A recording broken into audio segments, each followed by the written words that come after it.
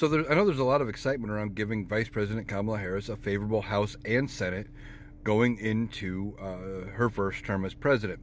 However, we have to be smart about who we put in that Congress for her.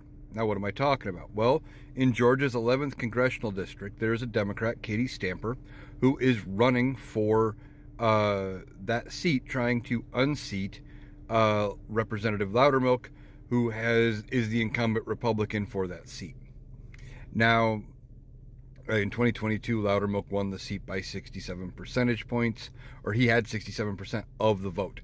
Now, this could be a very hard pickup for the Democrats anyway, but what makes this more challenging is Katie Stamper is running as a Democrat, but if you look at her policies, she's about as MAGA as they come. She was so extreme, the Republicans kicked her out of the Republican Party, but somehow she won the Democratic nomination for this district. Now, the Democratic Party of Georgia and the counties that she would represent, should she be elected, have said they don't know how she got in. She got past their vetting process, and she did win the primary. However, there is a write-in campaign trying to write in a different Democrat, and I'm not going to attempt to pronounce her name, but anyway,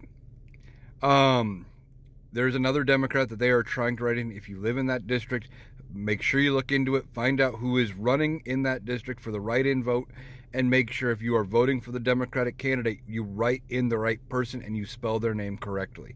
That is very important for any write-in vote, that you spell them correctly, because only correctly spelled names would count as getting votes.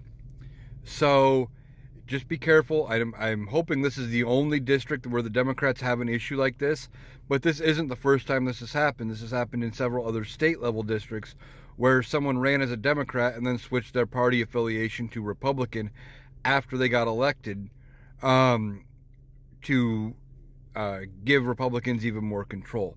It's shady, it's underhanded, and we have to be careful about this, because we need to give Kamala Harris a favorable Congress, but we also need to give her a Congress that is going to act on the policies that she wants to put in place and not work against her like what Joe Biden had in his first 2 years with the Senate, with Joe Manchin and Kristen Sinema.